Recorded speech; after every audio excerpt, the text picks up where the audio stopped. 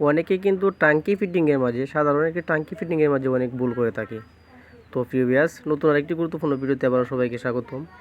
তো আজকে ভিডিওটি দেখবেন আজকে সঠিক নিয়মে কীভাবে একটি টাঙ্কি ফিটিং করতে হয়। যারা কাজ করান অথবা কাজ করেন, নতুন কাজ শিখতেছেন তাদের জন্য আজকে ভিডিওটি।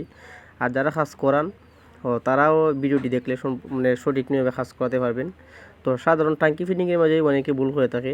তো এই ভিডিওটি দেখলে আপনারা অবশ্যই শিখতে পারবেন সঠিক নিয়মে কীভাবে টাঙ্কি ফিটিং করতে হয়। তো তার জন্য কিন্তু ভিডিওটি বিস্তারিত সম্পূর্ণ দেখতে হবে।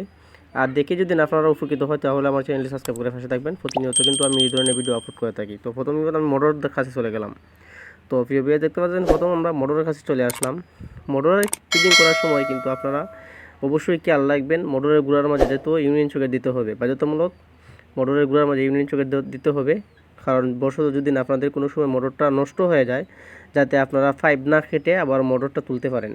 তো দেখতে পাচ্ছেন প্রিয় ভিউয়ার্স, আমরা কিন্তু এখানে মাঝে একটা ইউনিট সকেট দিয়েছি মোটরের দ্বারা।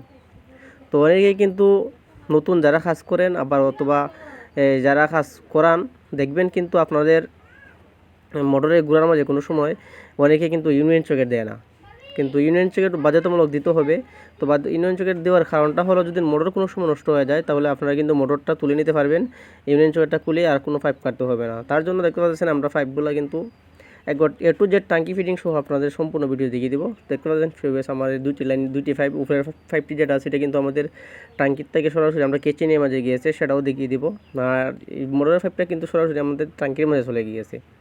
তো আমরা দুটি পাইপ এ টু জেড সুন্দরভাবে নিয়ে নিছি, দেখতে পাচ্ছেন মিলিয়ে নিয়ে নিছি। যেহেতু আমাদের ক্যামেরাটা দূর থেকে ধরছে, ভালোভাবে ধরতেছে না, কিন্তু উপরে উঠে উপরে কিন্তু ভালোভাবে আপনাদের ক্লিয়ারলি দেখিয়ে দেবো। তো ফিউবেস আমরা কিন্তু উপরে চলে গেলাম এখন। তো দেখতে পাচ্ছেন এখানে যে আমরা কিছুগুলা দেখতে পাচ্ছেন এখানে যে আমরা টাঙ্কি ফিটিংটা কীভাবে করলাম। প্রথম কিন্তু টাঙ্কি নিচে আমরা যে দিলাম ইট দেওয়ার পর এটা কিন্তু আমাদের যে দেলানটি দেখতে পাচ্ছেন, এটা কিন্তু প্রথমত আমরা একটা বাথরুম থেকে চলে আসছি উপরে দেখতে পাচ্ছেন এখানে কিন্তু 3টি বাথরুম আছে। তো 3টি বাথরুম থেকে কিন্তু আমাদের লাইনগুলা সরাসরি মানে আমরা উপরে চলে আসছে। প্রথম লাইনটি হলো দেখতে পাচ্ছেন আমরা নিচ দিকে 5 টান নিয়েছি। এবার টাঙ্কিগুলো আমরা দেখতে পাচ্ছেন আমরা একটা গ্যাসের লাইনও সেট আপ করে নিয়েছি। তো প্রিয় ভিউয়ার্স, এই যে আমরা টাঙ্কিটা ফিটিং করলাম, প্রথমত দেখতে পাচ্ছেন টাঙ্কির প্রথমত যে জামনাটা লাগানো আছে, জামনাটার সর্বপ্রথমে আমরা একটা টি দিয়েছি। দেওয়ার পর দেখতে পাচ্ছেন একটা গেট বাল্ব দিয়েছি। তো গেট বাল্বের পর আমরা কিন্তু একটা নিফল দিয়ে একটা ইউনিয়ন সকেট খাওয়াই। তবে জামনার সেট আপ করার পর জামনার সেট আপ করার পর যে টাঙ্কির গুঁড়ার মাঝে জামনাটির ফুটি যে আমরা একটা টি ব্যবহার করে নিয়েছি। তো টিটা কেন ব্যবহার করে নিয়েছি অথবা কেন ব্যবহার করতে হয় সেটাও বিস্তারিত বলবো। অবশ্যই ভিডিওটি কিন্তু কন্টিনিউ করতে হবে, ধৈর্য ধারণ ধরে ভিডিও কিন্তু দেখতে হবে। টাঙ্কির জামনারটা যে সেট আপ করে নিয়েছি, যে সেট আপ করার পর যে টিটা দিয়েছি, এটা কিন্তু আমাদের গ্যাসের জন্য। তো আমরা যখন বাথরুমের মাঝে পানি ছাড়বো, তো ছাড়ার পর যে আমাদের গ্যাসটা থাকবে, যে পানি দেখবেন কোনো সময় স্পিড হয় না, কিন্তু এই গ্যাসটা যদি আপনারা ব্যবহার করেন টি টি দিয়া যদি আপনারা একটা গ্যাস লাইন ব্যবহার করেন, কিন্তু আপনাদের পানিগুলো সবসময় স্পিডেই যাবে বাথরুমের ভিতরে। তারপর গেট বাল্ব কেন দিয়েছি? গেট বাল্ব দেওয়ার কারণটা হলো, তো যখন আমরা বাথরুমের কোনো ট্যাপ ভেঙে যাবে, তো ট্যাপ ভেঙে গেলে কিন্তু বন্ধ করার কোনো কিছু থাকবে না, তাই আমরা টাঙ্কির গুঁড়ার মাঝে একটা গেট বাল্ব দিই। আর যদি বাসা বাড়িতে কাজ হয় সেটা কিন্তু আমরা বাথরুমের ভিতরেই সেট আপ করে দিই একটা আলাদাভাবে। তবে আমরা যখন গ্রাম অঞ্চলে কাজ করি, গেট বাল্বটা কিন্তু আমরা সর্বোচ্চ সবসময় কিন্তু টাঙ্কির গুঁড়ার মাঝে একটা গেট বাল্ব ব্যবহার করতেই হয়।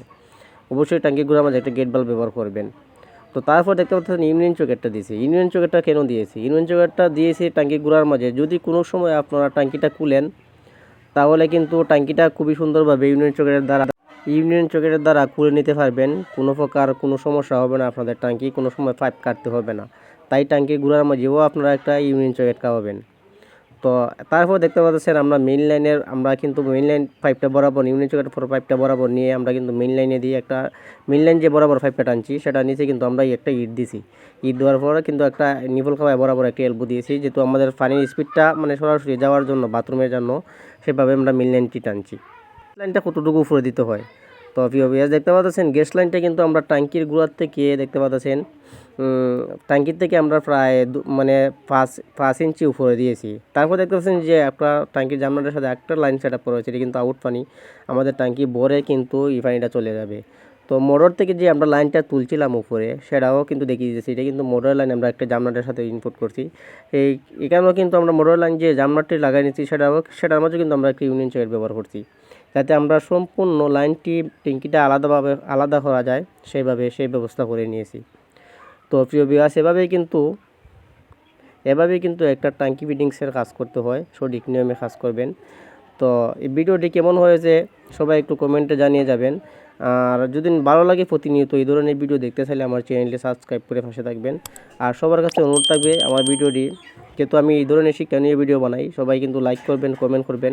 লাইক কমেন্ট করলে পরে কিন্তু পরবর্তী আরেকটি ভিডিও বানাতে আগ্রহ হয়। ভালো থাকবেন, সুস্থ থাকবেন, নেক্সট ভিডিওর জন্য অপেক্ষা করবেন। আসসালামু আলাইকুম।